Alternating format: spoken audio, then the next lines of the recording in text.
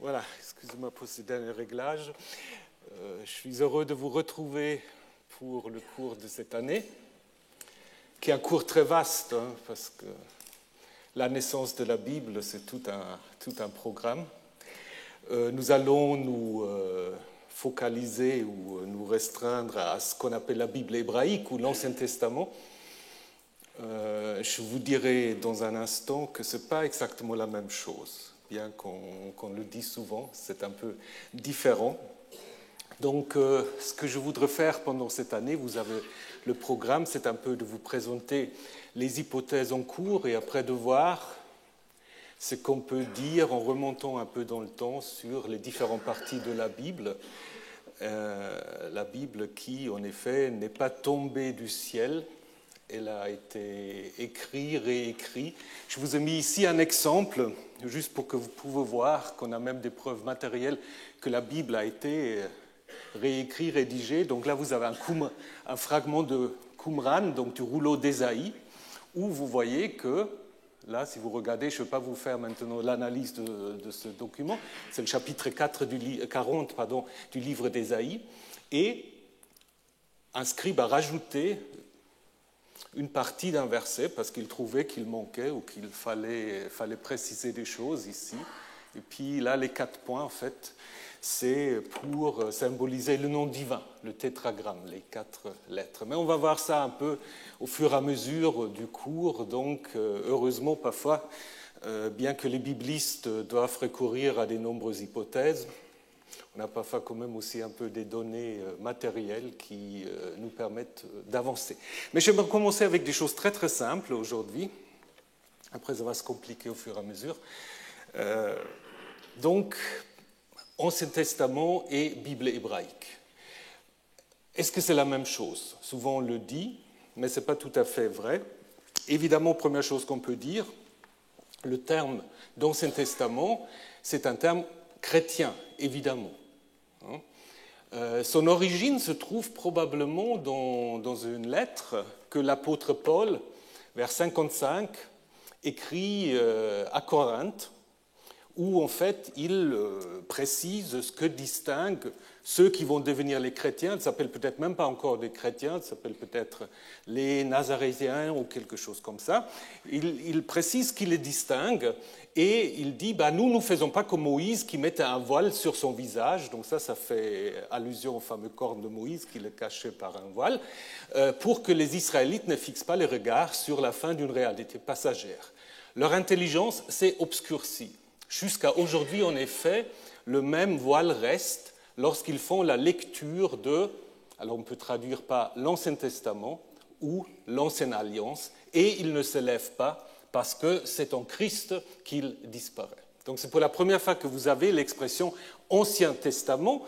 Évidemment, ici, il ne peut pas s'agir de l'ensemble de la Bible hébraïque, parce qu'à l'époque où Paul écrit, la Bible hébraïque telle que nous la connaissons, ou l'Ancien Testament tel que nous le connaissons, n'existe pas. Donc ça, je vais aussi vous le préciser. Il peut s'agir éventuellement de la Torah, du Pentateuque, puisqu'il dit lorsqu'ils lisent Moïse.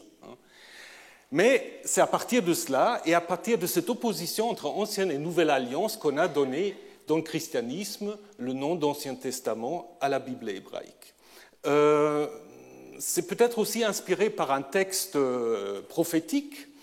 Dans le livre de Jérémie, il y a cette annonce d'une nouvelle alliance. Voici des jours viennent, oracle de Yahvé, où je conclurai avec la maison d'Israël et la maison de Juda une nouvelle alliance.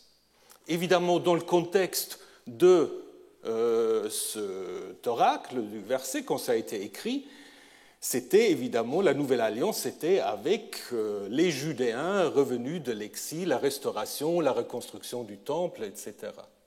Mais pour les chrétiens, évidemment, cette nouvelle alliance, elle était accomplie dans la venue, dans la vie et la mort de Jésus de Nazareth. Donc le terme alliance, berit en hébreu, va être traduit en grec par diatheke, et ensuite, dans les traductions latines, ça va devenir testamentum. En fait, Ancien Testament, ça veut dire en effet Ancienne Alliance.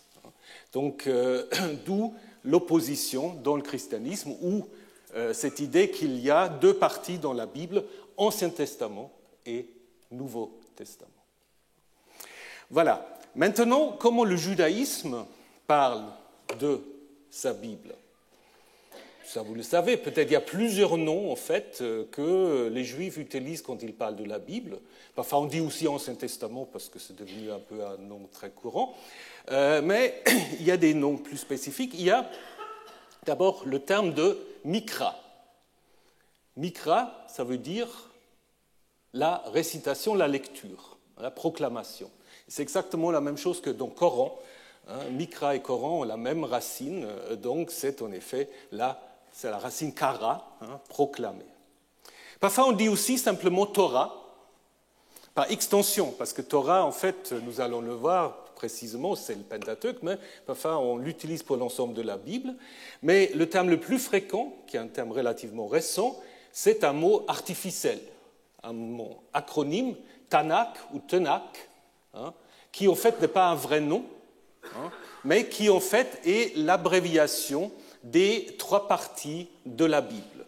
La Torah, qu'on traduit souvent par la loi, ce qui est une très mauvaise traduction, parce que la racine qui est dedans, c'est une racine qui veut dire instruire, éduquer, donc c'est l'instruction, ce n'est pas du tout la loi, c'est l'instruction, qui devient dans le grec le Pentateuque, Nevi'im, les prophètes, et Ketuvim, les écrits. Alors il faut d'emblée, je vais vous le préciser dans un instant, il faut d'emblée évidemment préciser que pour la Bible juive, ou pour le judaïsme, pour la lecture juive de la Bible, ces trois parties n'ont pas du tout la même importance. Dans le christianisme, on lit la Bible un peu comme ça, du début jusqu'à la fin. Pour le judaïsme, c'est un peu différent. Le centre, c'est vraiment la Torah. C'est le Pentateuque. C'est la Torah, le Pentateuque, qui parfois aussi est appelé Humash, 5, à cause du Pentateuque justement, c'est cet ensemble-là qui est lu du début jusqu'à la fin dans les synagogues, soit 1 an, 3 ans, ça dépend des coutumes, alors que les Nevi'im et les Ketuvim ne sont pas lus entièrement. Les prophètes souvent tel ou tel passage qui peut éclairer un autre passage de la Torah, et dans les rouleaux, dans les Ketuvim, il y a des rouleaux, je vais le préciser aussi, qui vont être lus à l'occasion de certaines fêtes. Mais le centre est vraiment la Torah. Donc d'où aussi cette abréviation Tanakh, parce qu'il n'y a pas vraiment un nom pour Bible, en fait, dans le judaïsme. Donc, combien de livres aussi, on va le voir la semaine prochaine. Selon les comptages, c'est très différent. Ça peut être 39, 24, 22. Vous allez comprendre pourquoi, parce que certains livres, soit on les sépare, soit on les considère comme un ensemble. Donc, il y a beaucoup de choses. Ce qui vous montre d'emblée, quand on parle de la Bible, il faut plutôt s'imaginer une bibliothèque, évidemment, puisque le mot Bible vient du grec ta biblia, un pluriel, les écrits. Évidemment, ces écrits ont vu le jour dans des contextes très différents, différents milieux de production, différentes dates de composition, et ce qui est aussi très très important, il n'y a aucun texte biblique, peut-être il y a une exception, on verra, mais il n'y a aucun texte biblique qui est écrit d'emblée par une seule personne, et après, plus personne n'a touché. Donc tous les textes bibliques que nous avons ont été révisés, réécrits, changés, modifiés, et du coup, ça rend la chose très très difficile si on veut comprendre vraiment la date de tel ou tel écrit et aussi le retracer. Donc, il y a beaucoup de travail qui nous attend. Mais avant d'entamer ce travail, il faut peut-être nous rappeler un tout petit peu qu'est-ce que nous avons dans cette bibliothèque, qu'est-ce que nous avons comme livre, comme contenu. Commençons avec la Torah, avec le Pentateuque, qui est donc le nom qui nous vient de la traduction grecque, un ensemble de 5. Il existe une expression hébraïque, Chamisha Chumshei HaTorah, les 5 cinquièmes de la Torah, et il y a tout un débat pour savoir est-ce que Pentateuque présuppose en fait cette expression hébraïque, ou est-ce que l'expression hébraïque a été en effet forgée à la suite de l'existence du terme Pentateuque. Les titres des livres que vous connaissez, Genèse, Exode, etc., nous viennent évidemment des traducteurs grecs via le latin. Alors comment le judaïsme va-t-il désigner ces 5 livres? Avec une manière très très traditionnelle dans le Proche-Orient ancien, on prend simplement le premier mot ou un des premiers mots du livre. Vous avez la même chose, par exemple, dans l'épopée de création mésopotamien, Enuma Elish. Enuma Elish, ça veut simplement dire lorsqu'en haut, les cieux et les terres n'étaient pas encore séparés. Alors, le Pentateuque, quel est le personnage principal du Pentateuque? Moïse, voilà. Donc Moïse, disons, évidemment on peut dire Yahvé, Dieu, qui est de toute façon toujours le personnage principal, mais si on prend les acteurs humains, c'est Moïse. D'une certaine manière, on pourra même dire que le Pentateuque est une sorte de biographie de Moïse. Parce que dans le livre de l'Exode, dès le début, Exode 2, on va raconter sa naissance, et le dernier livre, le Deutéronome, chapitre 34, dernier chapitre, va relater sa mort. Donc en fait, on pourra dire que les livres d'Exode jusqu'à Deutéronome sont une sorte de biographie de Moïse, et donc du coup, la Genèse est en quelque sorte un prologue à cette biographie de Moïse. L'importance de Moïse, nous allons le voir aussi, s'est manifestée après dans l'idée que c'est Moïse qui aura écrit le Pentateuque, ce qui n'est jamais dit dans le Pentateuque lui-même. Mais on voit déjà l'importance du personnage. Donc si on regarde maintenant les 5 livres, on peut en effet dire que la Genèse est une sorte de prologue, c'est les origines, Genèse. En hébreu, Bereshit, au début, au commencement, littéralement en un commencement. Ce n'est pas un commencement absolu, c'est un commencement. Au moins, c'est comme ça que les massorètes ont vocalisé le texte. Ce n'est pas au commencement, c'est un commencement possible. Création du monde, l'humanité, le déluge, vous connaissez tout ça. De toute façon, le mieux pour suivre ce cours, ce serait d'ailleurs que vous relisez toute la Bible. Ah oui, chaque jour, 3 chapitres, puis l'affaire est... Vous prenez tous le métro ou d'autres transports, voilà. Donc, première partie, la Genèse, en 2 grandes parties, 2 origines, en fait, origine du monde et de l'humanité, la condition humaine, la violence, la diversité des langues, etc. Donc, il est intéressant aussi de noter que la Bible, en fait, ne s'ouvre pas tout de suite sur l'histoire d'Israël, mais s'ouvre, en fait, sur des réflexions que tous les voisins, en fait, font aussi. D'où vient l'homme, comment les dieux se comportent vis-à-vis des hommes, la difficulté de vivre dans ce monde, la diversité des langues, la violence, etc. Tout ça, en fait, c'est des thèmes qu'on trouve partout dans le Proche-Orient ancien, mais aussi, d'une certaine manière, dans le bassin méditerranéen, dans la mythologie grecque tout particulièrement. Donc, les origines de l'humanité et les origines du peuple. Mais attention, ce n'est pas seulement les origines du peuple, parce qu'avec les patriarches, nous avons en effet la mise en place de figures d'ancêtres, des patriarches. Évidemment, aujourd'hui, il faut aussi parler des matriarches, Sarah, Rebecca, etc. Ce qui est intéressant, c'est que les patriarches et les matriarches, ce n'est pas seulement les aïeuls du peuple d'Israël, mais de presque tous les peuples qui vivent en fait en Levant. Parce qu'Abraham, il est l'ancêtre d'Ismaël, qui va être à la tête de 12 tribus. Il a une 3e femme dont on parle très peu, qui s'appelle Ketura, avec laquelle il va encore engendrer toute une série de peuples qui habitent tout au long de la route de l'encens. Isaac, il sera le père de Jacob, mais aussi d'Ésaü, qui lui sera l'ancêtre des Édomites, qui habitent dans le sud. Abraham est par ailleurs encore l'oncle de Lot, qui lui sera le père des Moabites et des Ammonites. Et donc vous voyez que ce n'est pas simplement l'histoire d'Israël, c'est l'histoire presque de tous les peuples qui vivent dans le pays de Canaan, à part les Philistins, qui ont en effet une origine différente, et que la Bible va aussi appeler les incirconcis pour toutes sortes de raisons que je vous expliquerai plus tard. Alors, donc, la Genèse termine avec l'histoire d'un des fils de Jacob, Joseph, qui va arriver en Égypte, faire carrière là-bas, et tout se passe très bien. Et quand on arrive dans le livre de l'Exode, la situation a totalement changé.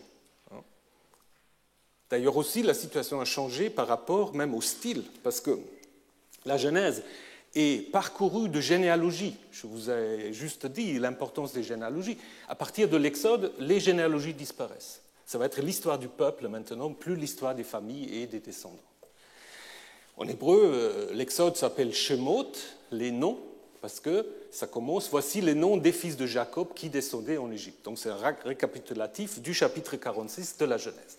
Alors, l'Exode, vous connaissez, c'est l'histoire de la sortie d'Égypte, mais c'est aussi l'histoire, en fait, de l'arrivée après du peuple au Sinaï, où Dieu va se révéler au peuple, où Moïse va devenir le médiateur entre le peuple et Yahvé, avec l'idée, justement, d'une alliance qui constitue Israël comme étant le peuple de Yahvé. Aussitôt cette alliance est conclue, nous allons avoir des chapitres qui, en fait, mettent en place tout un discours divin à Moïse pour construire un sanctuaire. Ça, c'est important. Quand vous avez une divinité, il lui faut un sanctuaire. Donc, Moïse va faire construire un sanctuaire portable, puisqu'on est dans le désert. Et cette histoire, qui est suivie ensuite de la réalisation dans les chapitres 35 à 40, est interrompue par une histoire que vous connaissez bien aussi, l'histoire du veau d'or. L'histoire du veau d'or, en fait, qui critique ou met en place l'idée du peuple qu'on peut représenter Yahvé sous forme d'un taureau, un jeune taureau. Moïse va casser la statue, va renouveler quand même l'alliance pour permettre ensuite la construction du sanctuaire, et le livre de l'Exode va se terminer par la nuée qui représente la présence divine qui va en fait remplir le sanctuaire. Mais évidemment, qu'est-ce qu'il manque encore? Il manque, pour un culte, les prêtres. Et donc, du coup, le livre dit lévitique va, en effet, raconter l'installation des premiers prêtres, donc le frère de Moïse, Aaron et ses fils, après qu'on a précisé toutes sortes de différents sacrifices qui seront à offrir dans des circonstances différentes. Chapitres 8 à 10, l'installation des premiers prêtres, et l'apparition de la gloire de Yahvé à l'ensemble du peuple. Mais aussitôt au chapitre 10, on raconte, et c'est presque la seule histoire qu'on raconte, deux fils d'Aaron qui font un sacrifice à leur propre initiative et qui sont frappés par la foudre divine. Donc Yahvé les fait mourir. Donc on se rend compte que Yahvé, c'est un Dieu quand même pas facile. Et ça montre aussi que pour les sacrifices, il y a des règles à respecter, autrement ça peut très mal se passer, comme il y a d'autres règles, comme la distinction entre le pur et l'impur, qui vont être précisées dans la suite, et finalement un premier aboutissement avec ce qu'on appelle le jour du pardon, Yom Kippour, qui est une sorte de possibilité offerte au peuple et aussi aux prêtres de se purifier chaque année et de se décharger des péchés. Vous connaissez toute l'histoire du bouc émissaire, c'est là où vous l'avez. Et puis une deuxième partie de cet ensemble du Lévitique qu'on appelle la loi de sainteté, parce qu'il y a une sorte de refrain. Donc apparemment, ça c'est un tout autre discours. C'est Dieu qui parle en disant « Soyez saints comme moi je suis saint ». Ce qu'on n'a pas du tout dans la première partie, et ça s'adresse à l'ensemble du peuple, contrairement à la première partie, qui est adressée exclusivement aux prêtres. Alors, nous avons ensuite le livre des Nombres.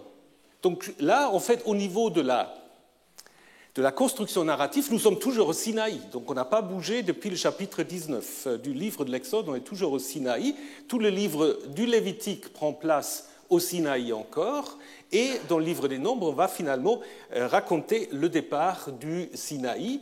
Les Nombres, pourquoi est-ce que le livre s'appelle Les Nombres? À cause justement de deux grands recensements du peuple qui structurent le livre des deux générations. En hébreu, le livre s'appelle simplement « Dans le désert » Bemidbar. Donc au chapitre 10, on va enfin raconter le départ du Sinaï et le séjour dans le désert qui se passe très très mal. Pour ceux qui avaient suivi le cours sur les nombres il y a quelques ans, vous vous souvenez peut-être, ça ne se passe pas très bien.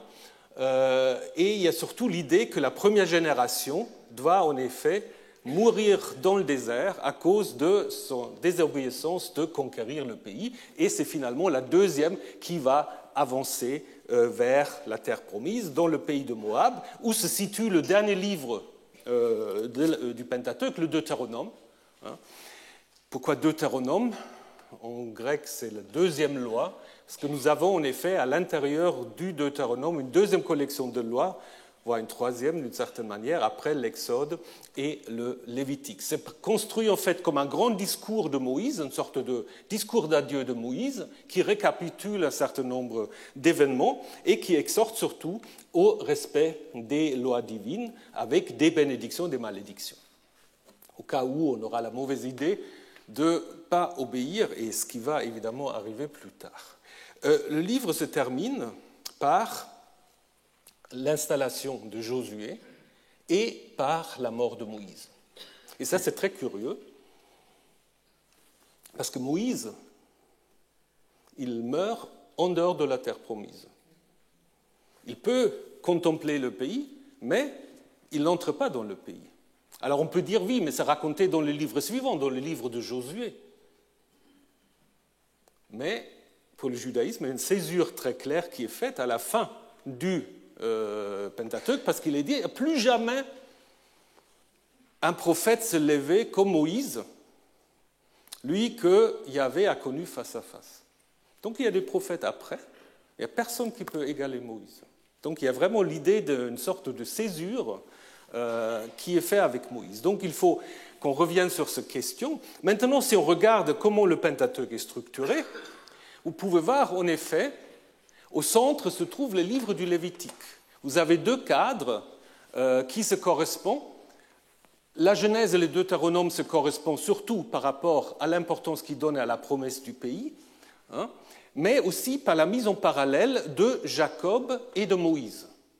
Parce qu'à la fin de la Genèse, Jacob va en effet prononcer des oracles, des bénédictions sur les 12 fils, et Moïse va faire exactement la même chose juste avant sa mort. Et dans les deux cas, on va en effet mettre en parallèle l'ancêtre et le médiateur, Jacob et Moïse. L'Exode et les nombres se correspondent également déjà par l'itinéraire. Donc je vous ai dit que le Sinaï, on s'arrête dans l'Exode et on repart dans les livres des nombres. Et puis il y a un certain nombre des épisodes qui sont racontés dans les deux cas, dans les deux livres. L'eau qui jaillit du rocher, la manne, l'écaille, l'installation de la Pâque, etc. Il y a des traditions parallèles dans les deux livres qui se correspondent. Et donc ce qui fait qu'au centre, nous avons le Lévitique.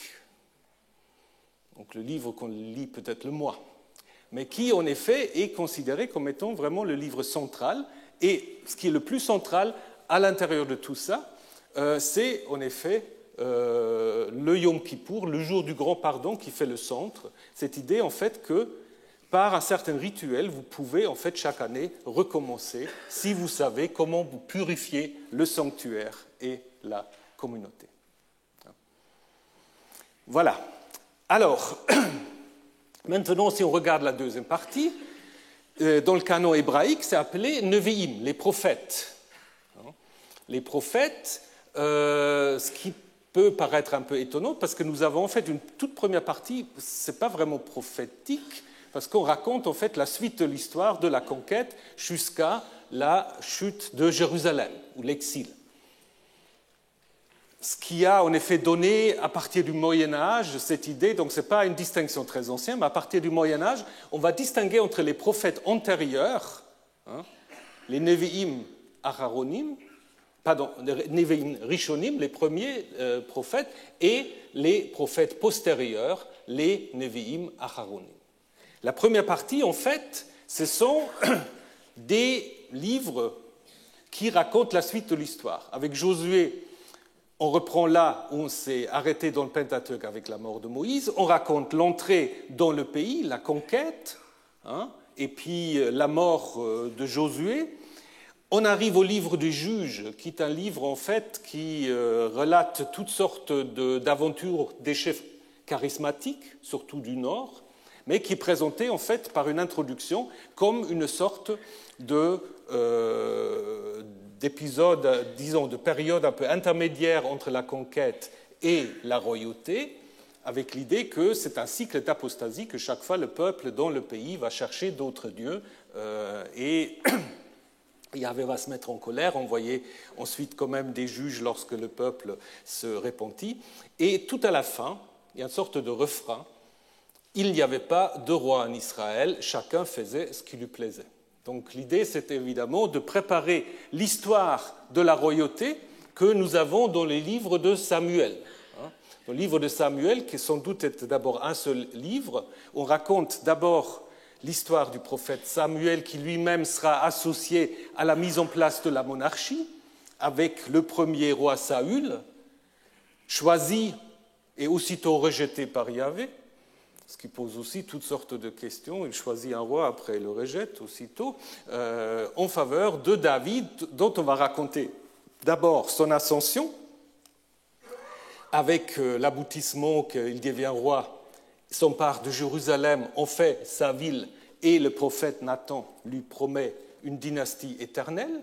Est-ce que cette promesse d'une dynastie éternelle, est-ce qu'elle va vraiment se réaliser, puisque Jérusalem et le temple sont détruits plus tard? Et finalement, la deuxième partie du livre de Samuel, qu'on appelle l'histoire de la succession au trône de David, qui va devenir son successeur. Où là, David apparaît déjà, de manière moins glorieuse que dans la première partie. Vous connaissez toute l'histoire avec Bathséba, sans doute. Salomon, en fait, qui naît d'une relation pas très, très légitime, mais qui deviendra finalement quand même son successeur, des révoltes d'Absalom, etc. Et le livre se termine avec un récit sur la découverte de l'emplacement du temple par David. Même si David n'a pas construit le temple, c'est lui qui va découvrir l'emplacement. Et c'est Salomon qui va construire le temple. Donc, le livre des rois s'ouvre avec l'histoire de Salomon et donc raconte l'histoire des deux monarchies, d'abord séparées après sa mort, jusqu'à la chute de Samarie, et puis l'histoire de Juda, jusqu'à la chute de Jérusalem. Donc, en fait, vous pouvez lire le Pentateuque avec ces livres-là comme une seule histoire. C'est pour cela, parfois, on a parlé non pas d'un Pentateuque, mais d'un Énéateuque, un ensemble de 9, puisque l'histoire se continue. Quand vous passez à la deuxième partie, vous avez les prophètes proprement dits, les livres prophétiques proprement dits, qui très souvent, en fait, s'ouvrent avec le livre d'Ésaïe. Alors là aussi, il faut que je vous dise, contrairement au Pentateuque, où l'ordre est toujours stable, dans les différents manuscrits, l'ordre des prophètes n'est pas toujours stable. Il y a des manuscrits où ça commence avec les 12 petits. Parfois, il peut aussi y avoir Jérémie. Donc là, c'est en fait ce qui est devenu après un peu la manière traditionnelle de présenter les choses. Ça commence avec Ésaïe, et c'est certainement pas par hasard que la plupart des manuscrits commencent par Ésaïe. Pourquoi ? Parce que dans Ésaïe, vous avez en fait l'ensemble de la période prophétique, c'est-à-dire dès l'époque des deux royaumes jusqu'à l'époque perse. Parce que dans le judaïsme, on va avoir après l'idée qu'après l'époque perse, la prophétie s'est arrêtée. Et ça correspond un peu à la présentation de cette partie du canon, parce que, en effet, les derniers prophètes sont de l'époque perse. Et de Ésaïe, en fait, on distingue, ou les modernes distinguent trois parties. Le premier Ésaïe, qui est situé sous la domination assyrienne à Jérusalem. Le deuxième Ésaïe, qui en fait annonce l'arrivée du roi perse, après déjà la destruction et l'exil babylonien, qui est présenté comme le Messie de Yahvé, et finalement le troisième Ésaïe, qui en fait contient une collection d'oracles à la deuxième partie de l'époque perse.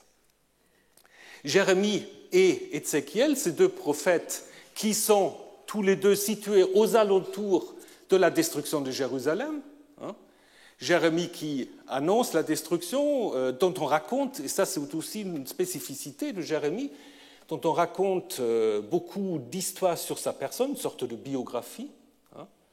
Et Jérémie, c'est surtout un livre très intéressant, parce que finalement, on a 2 livres de Jérémie. Si vous prenez la Bible grecque, dont je vais vous en parler la semaine prochaine, vous avez un Jérémie très très différent que dans la Bible hébraïque. Les chapitres ne sont pas dans le même ordre, le grec est beaucoup plus court que l'hébreu, et donc peut-être en fait préserve un texte hébreu plus ancien.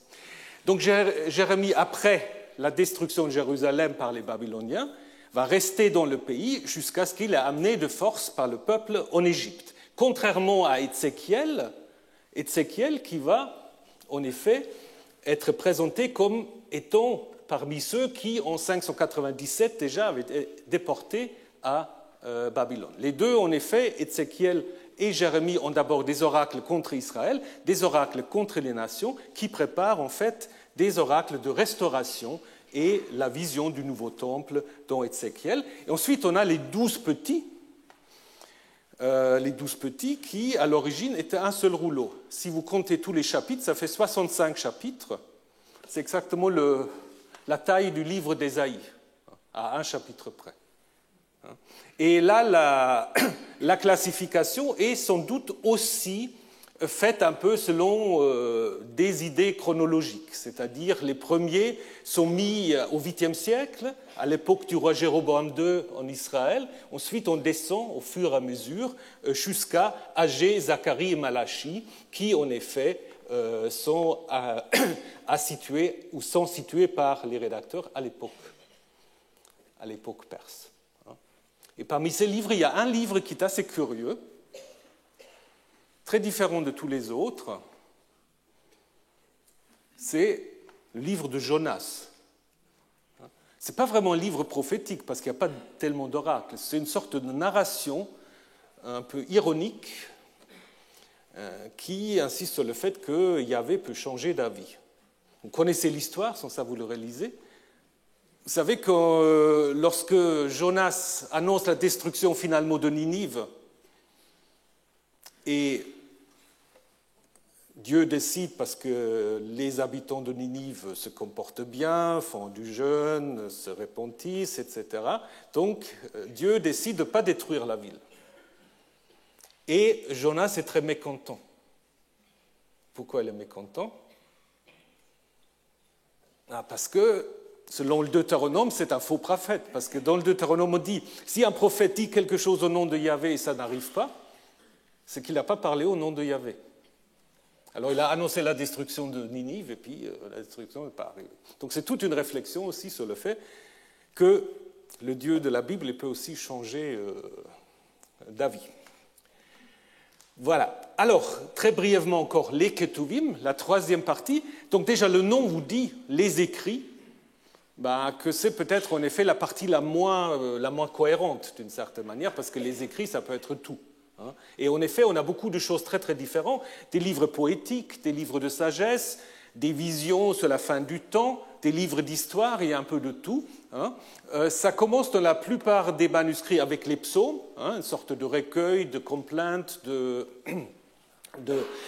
d'actions de grâce, d'instructions, toutes sortes de louanges, toutes sortes de genres littéraires, qui sont regroupés en 5 livres. Pourquoi 5 livres ? Probablement pour faire en effet une sorte de parallèle avec le Pentateuque. Et après, ce que je vous ai mis en bleu, ce sont des livres dits de sagesse. Job, Proverbes et Qoéleth. La sagesse la plus traditionnelle se trouve dans le livre des Proverbes, où ça, c'est en effet l'idée que si tu fais le bien, tu seras bien traité et tu seras dans le bonheur.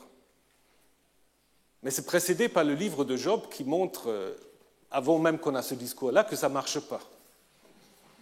Donc Job, en effet, met en question cette idée qu'il y a un lien direct entre le comportement de quelqu'un et le destin qui l'attend.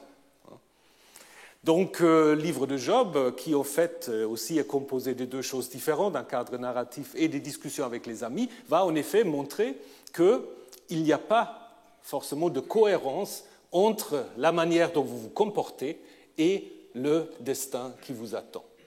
grande question, en effet, pour beaucoup de religions, les dieux sont imprévisibles, c'est aussi l'idée de Job, et qui, en fait, est encore radicalisée par Qoéleth, l'Ecclésiaste, qui est peut-être le seul philosophe de la Bible hébraïque, et qui dit, de toute façon, l'homme ne peut comprendre ce qui se passe dans les cieux.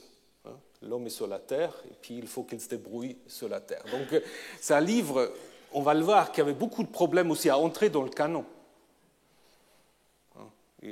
C'était très discuté, est-ce qu'il faut vraiment le compter parmi les écrits inspirés? Voilà, alors après on a, et Qoéleth en fait partie, 5 petits rouleaux, les Mégillotes, qui ont été réunis à partir du Moyen-Âge de nouveau, parce qu'ils ont lu à l'occasion d'un certain nombre de fêtes dans le judaïsme.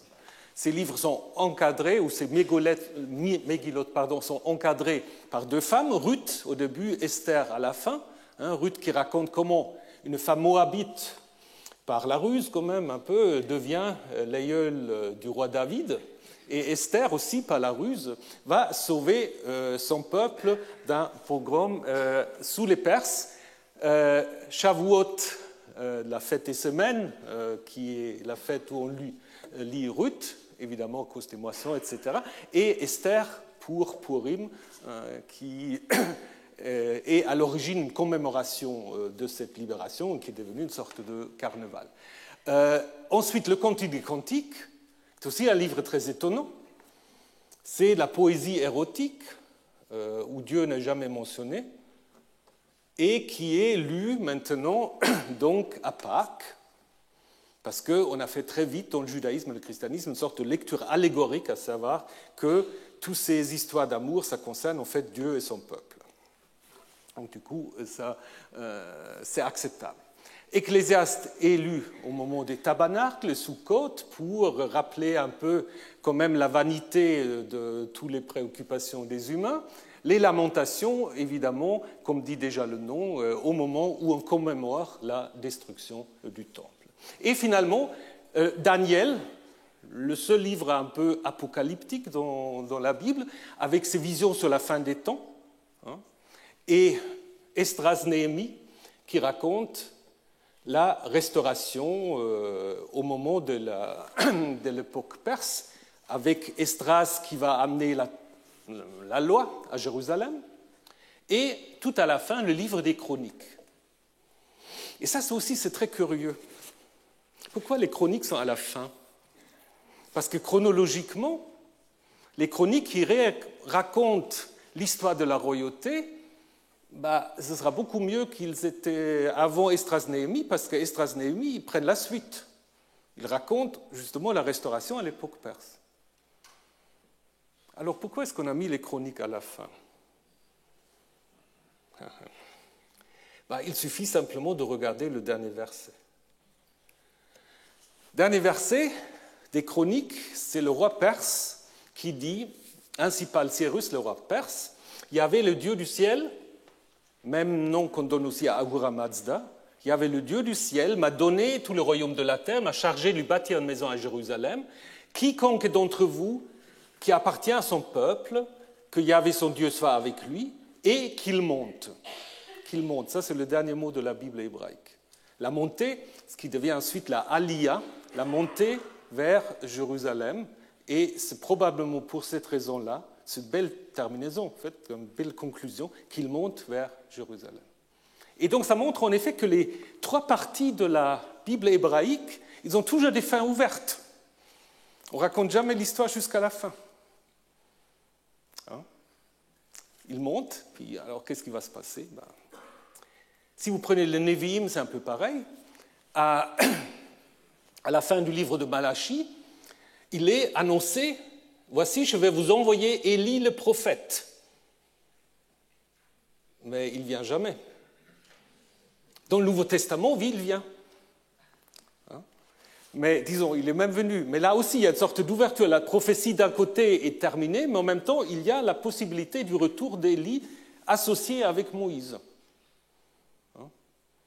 Et donc, du coup, pour ceux qui s'intéressent au Nouveau Testament, vous comprenez aussi, du coup, l'histoire de la transfiguration de Jésus, où il y a qui, justement? Moïse et Élie. Pour montrer, justement, en Jésus, ce qui est annoncé là dans Malachie, c'est accompli. Mais là, évidemment, c'est une fin ouverte. Et puis, on a déjà parlé du fait que le Pentateuque aussi a une fin ouverte, parce qu'il se termine avec la mort de Moïse, qui voit le pays et qui n'entre pas. Donc, je pense, ce n'est pas par hasard, les trois parties, la Torah, les Nevi'im et les Ketuvim, ont cette ouverture qui permet toutes sortes de relectures. En Deutéronome 34, la promesse du pays est rappelée, mais quand est-ce qu'elle va s'accomplir? L'annonce de la venue d'Élie, mais quand est-ce qu'il va venir? L'exhortation de monter à Jérusalem, quand est-ce qu'elle va se réaliser? Donc il y a toujours cette question un peu de l'ouverture. Alors, maintenant, il faut revenir à ce que je vous disais tout au début, cette équation qu'on fait entre Bible hébraïque et Ancien Testament. Est-ce que c'est vraiment juste de dire que la Bible hébraïque est l'Ancien Testament des chrétiens? Bon, on n'a pas le temps de faire des sondages. Mais d'abord, il faut dire une première chose, c'est qu'il n'y a pas un seul Ancien Testament.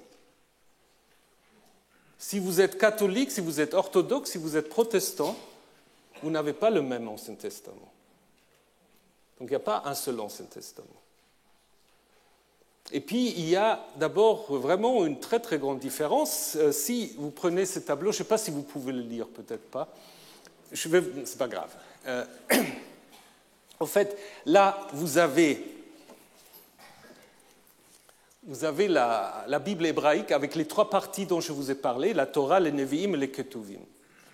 Ensuite, si on prend l'Ancien Testament catholique, vous voyez que cet Ancien Testament catholique, en fait, va se fonder non pas sur la Bible hébraïque, mais sur la Bible grecque. Je vous en parlerai la semaine prochaine, sur la différence entre la Bible grecque et la Bible hébreu, mais qui a surtout un certain nombre de livres qui sont en plus. Vous avez Tobit, Judith, Maccabée, vous avez le Siracide, la sagesse de Salomon, qui ne sont pas du tout dans le canon hébraïque. Et surtout, et c'est peut-être la différence la plus importante, c'est que vous n'avez pas trois parties, vous avez quatre parties. Vous avez, évidemment, ça c'est toujours pareil, le Pentateuque. Ensuite, vous avez ce qu'on appelle les livres d'histoire, ou les livres historiques, où vous avez la première partie des prophètes, mais on a ajouté aussi Ruth, par exemple, on a ajouté Esdras, Néhémie et les Chroniques, Esther et les autres livres qui ne sont pas dans le canon hébreu. Donc en fait, on a regroupé tous les livres qu'on comprenait comme des livres d'histoire. Et après, vous avez ce qu'on appelle souvent le livre de sagesse. On a regroupé en fait tous les livres de sagesse. Et en finale, on a les livres prophétiques. Alors pourquoi les livres prophétiques sont à la fin? D'ailleurs, dans le livre prophétique, dans le canon catholique, vous avez également Daniel, qui, dans le canon hébraïque, est dans les Ketuvim. Mais pourquoi est-ce qu'on a mis les prophètes à la fin? Ben oui, parce que, évidemment, il y a une suite. Ce qui est annoncé dans les prophètes, la restauration et le Messie, va s'accomplir dans le Nouveau Testament. Donc, c'est une option théologique très lourde de terminer avec les prophètes. Parce que, du coup, c'est comme dans les séries télévisées, c'est la première partie et puis on attend la deuxième partie. Donc, ça prépare en effet la lecture du Nouveau Testament en présentant le Nouveau Testament comme étant le livre où s'accomplissent les annonces des prophètes. Et ça, c'est exactement la même chose dans les canons orthodoxes. Alors ça, c'est très confus dans les églises orthodoxes parce que chaque église orthodoxe a son propre Ancien Testament. C'est très très compliqué, donc je ne vais pas faire de cours là-dessus. Et puis ça a un intérêt moyen, disons. Mais il y a d'autres livres encore. Il y a Enoch, il y a les Jubilés, le Testament des patriarches, Pafa. Donc il y a toutes sortes de livres qui se trouvent dans certains canons orthodoxes, mais pas dans tous. Je crois que le plus grand, c'est le canon de l'Église éthiopienne, où il y a vraiment pléthore encore d'autres livres, mais toujours avec l'idée qu'à la fin, on a les prophètes. Et alors, qu'est-il des protestants? Alors, les protestants, en fait, les réformateurs, ils avaient dit qu'il faut revenir à la Veritas Hebraica. Et donc, ils ont en effet sorti du canon tous les livres qui ne se trouvent pas dans la Bible juive. Ça, ils l'ont fait. Au niveau des livres, c'est identique. Mais ils ont gardé, comme vous pouvez le voir, ils ont gardé aussi la répartition en 4. Donc, ce qui veut dire, en effet, que même l'Ancien Testament protestant ne correspond pas, en fait, à la Bible hébraïque. Donc, c'est un peu un raccourci quand on dit c'est l'Ancien Testament. Non, parce que là aussi la structure est différente. On va terminer avec les prophètes pour qu'on puisse ensuite continuer avec le Nouveau Testament. Donc il n'y a aucun des Anciens Testaments. Évidemment, on peut dire l'Ancien Testament protestant est ce qui se rapproche le plus du canon juif ou de la Bible juive, mais l'ordre, l'organisation est différent. Et l'organisation, évidemment, est très importante. Ce n'est pas anodin. Au niveau des Bibles en français, vous avez une Bible qui respecte en fait le canon hébraïque. C'est ce qu'on appelle la TOB, la traduction œcuménique de la Bible. Donc là, en fait, les livres sont présentés comme dans la Bible tripartite du judaïsme. Après, vous avez tous les autres livres en annexe, d'une certaine manière. Et évidemment, vous avez les Bibles juives, les Bibles de rabbinat, etc. Voilà. Donc, après ce rappel, comment peut-on dater maintenant le texte biblique? Donc, on a dit, il y a tellement de choses, mais comment on va s'y prendre pour les dater? Qu'est-ce qu'on a comme possibilité? Ce n'est pas facile. Autrement, vous ne serez pas là, peut-être. Alors, racontons d'abord de quels faits disposons-nous? Qu'est-ce que nous avons comme données? Alors, si la question était simplement de dater la Bible hébraïque telle que nous la connaissons aujourd'hui, la réponse serait très simple. La Bible date du Moyen-Âge.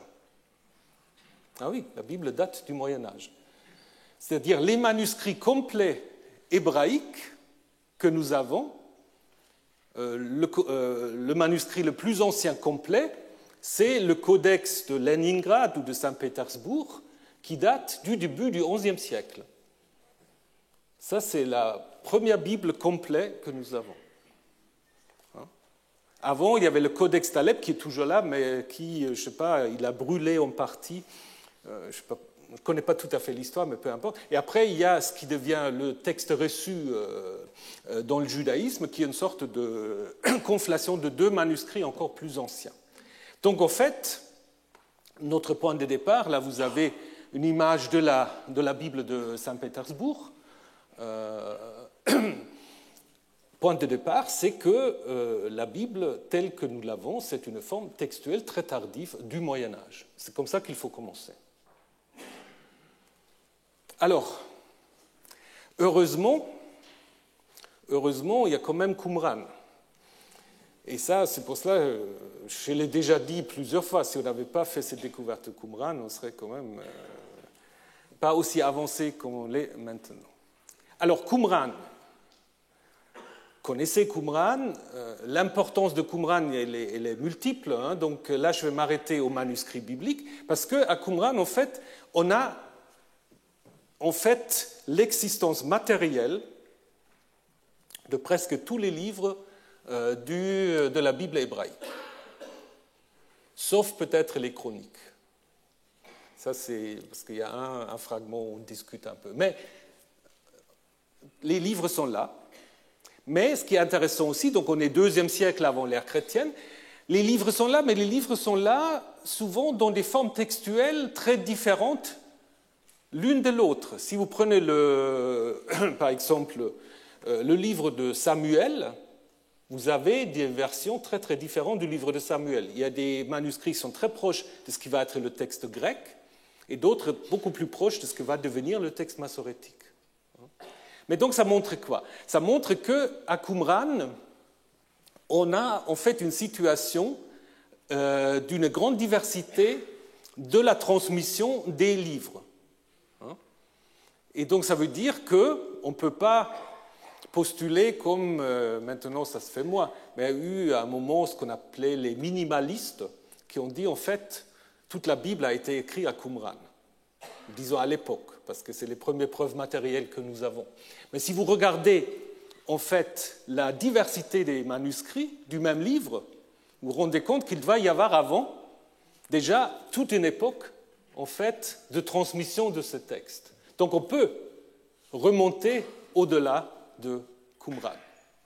Évidemment, il faut dire aussi que le plus complet que nous avons, c'est le grand rouleau d'Ésaïe, mais il n'y a aucun livre qui est complet. Donc, on ne peut pas non plus dire que tous les livres que nous avons dans la Bible, ils étaient finalisés à l'époque de Qumran. Il peut y avoir encore des ajouts dans certains livres après le IIe siècle avant l'ère chrétienne. Alors, comment peut-on remonter maintenant? Ça, c'est grâce en fait à la Septante. Je vous en parlerai encore plus en détail la semaine prochaine. La traduction grecque du Pentateuque,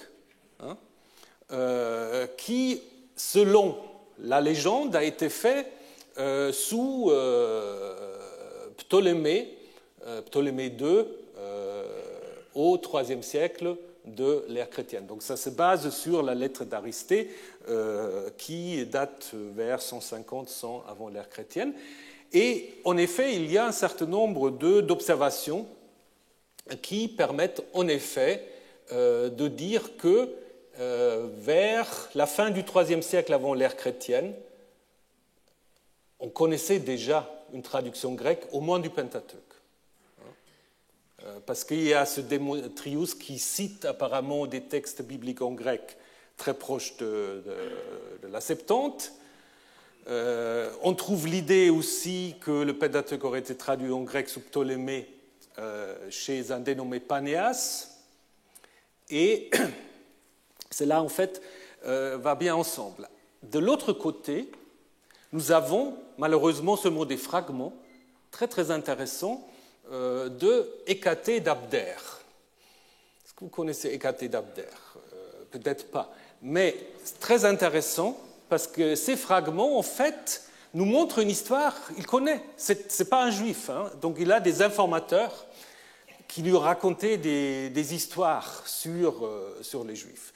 Il connaît, donc il raconte en fait l'histoire de Moïse. Il connaît l'histoire de la sortie d'Égypte.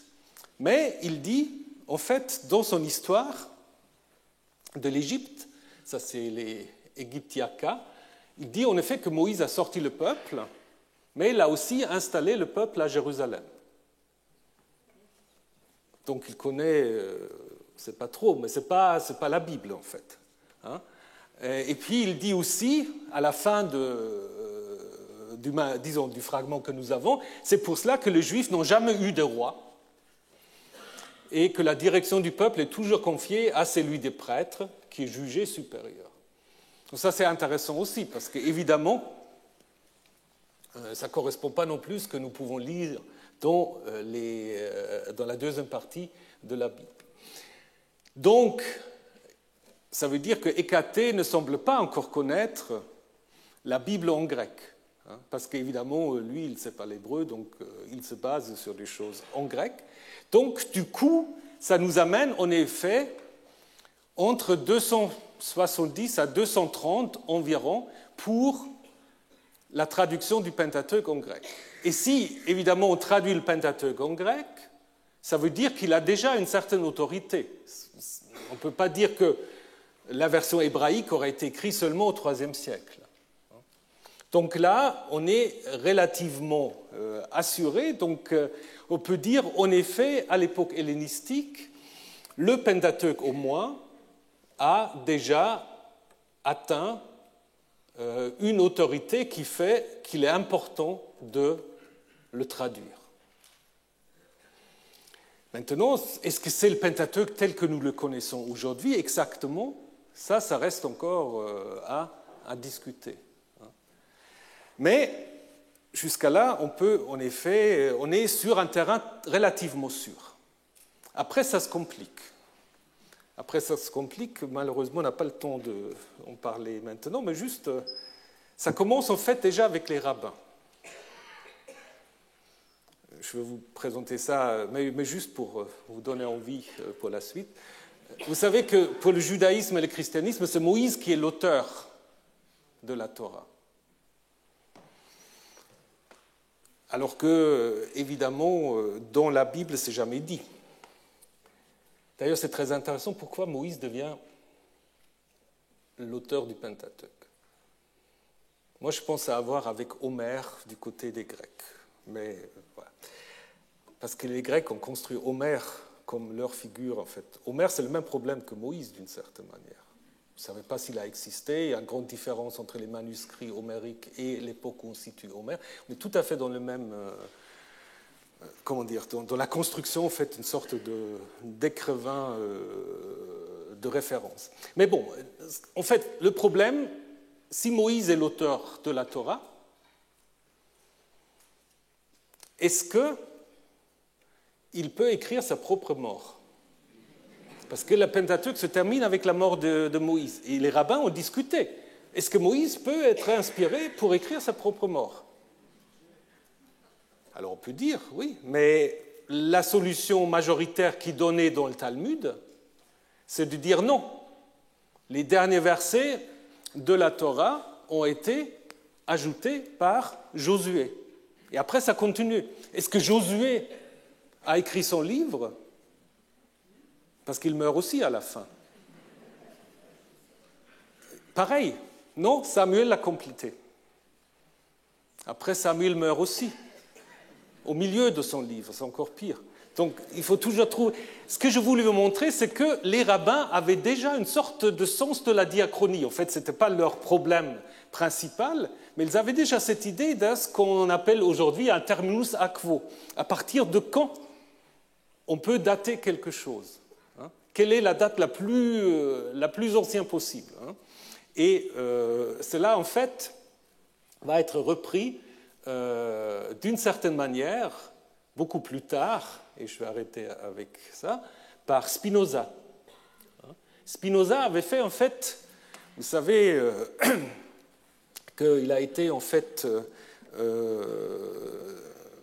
comment dire, non, excommunié, ce n'est pas le terme, mais il a dû quitter, en fait, la synagogue d'Amsterdam à cause de son traité théologico-politique, XVIIe siècle. Mais il avait aussi simplement une réflexion de terminus a quo. Parce que lui, son idée, c'était quoi? Il dit, bon, l'histoire ne se termine pas avec la mort de Moïse. Parce que ça continue. Il dit, c'est le même style. Donc lui était adepte de ce qu'on peut appeler le Enéateuque. Il dit, en fait, si vous regardez attentivement, c'est le même style, ça continue, il n'y a pas de problème. Donc il faut lire toute l'histoire de la Genèse jusqu'au 2e livre des Rois. Et évidemment, si vous faites ça, vous pouvez en effet déduire que l'auteur qui écrit, il va vivre après la destruction de Jérusalem et l'exil babylonien. D'où l'idée, en fait, de Spinoza que le Pentateuque et les livres historiques auraient été écrits à l'époque perse par Esdras ou Esdras et ses collaborateurs. Et c'est ça, en fait, ce qui lui a valu l'exclusion de la synagogue. Aujourd'hui, je pense qu'on peut le dire sans trop de danger, mais à l'époque, c'était quelque chose qui était considéré comme portant atteinte à la sacralité des Écritures. Voilà. Mais évidemment, ce que Spinoza n'avait pas encore fait, et nous allons le voir la semaine prochaine, c'est de se rendre compte au fait qu'à l'intérieur de ces livres dits historiques et Pentateuque, il y a des différences. C'est difficile en fait d'avoir un seul auteur. Donc ça va être en effet la deuxième ou la troisième étape. Je vous en parlerai la semaine prochaine. Nous verrons aussi comment ce canon tripartite, qui n'existe pas encore, par exemple, à l'époque du Nouveau Testament. Jésus ne connaissait pas la Bible. Il connaissait les Écritures, mais il ne connaissait pas la Bible telle que nous la connaissons. Comment ce canon, en fait, s'est forgé. Et évidemment, il faut aussi qu'on parle un peu de la grande diversité des témoins textuels. Ce qui pose un autre problème par rapport à la doctrine de l'inspiration. Parce que si la Bible est inspirée, c'est quel manuscrit qui est inspiré? Je vous laisse réfléchir à cette question et je vous revois la semaine prochaine.